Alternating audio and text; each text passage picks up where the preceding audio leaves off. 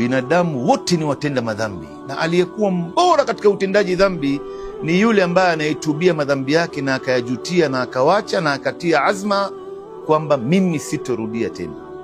Huyu ndo alikuwa bora. Lakini kila mmoja wetu na madhambi yake, lakini jambo la kushukuriwa ndugu zangu, hakuna ambaye anayejua wewe na mimi tunafanya nini. Mungu ametusitiri ndugu zangu. Hakuna anayejua wewe unapokuwa nyumbani kwako unafanya nini. Hakuna anayejua unapokuwa kwenye giza usiku unafanya nini. Hakuna anayejua wewe unapokuwa kazini kwako ni dhuluma ngapi unazifanya kule. Mungu amekusitiri. Hili ni jambo la kushukuriwa kwa kweli.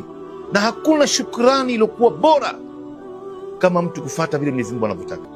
Lakini tahadhari ndugu yangu, isije ikaenda aibu hii ikatoka mbele ya watu. Kuna mtu yuko tayari leo aibu yake ijulikane mbele ya watu. Nani yuko tayari hapa? Na nani ambaye atayasubiria hayo? Ndio Abdullah ibn Umar anasema, lau kana dhunubu rawaih ma jalasa ba'duna ba'd. Lau madhambi ingilikuwa ni harufu mbaya, hakuna mtu angekaa na mwenzie hapa.